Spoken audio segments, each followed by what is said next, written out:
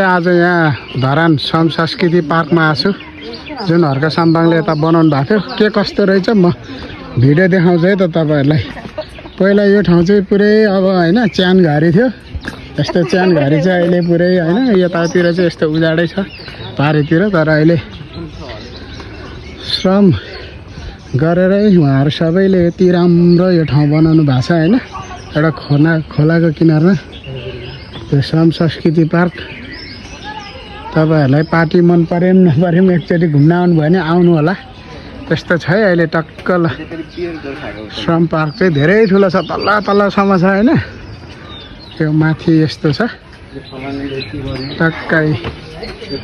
अब यहाँ पार्कहरु चाहिँ यस्तो बनेको छ अहिले। घुम्न आउनेको भिड पनि यत्तिकै हुन्छ। श्रम संस्कृति पार्क चाहिँ यस्तो छ है हजुरहरुलाई हेर्नुस् हैन टक्क अहिले।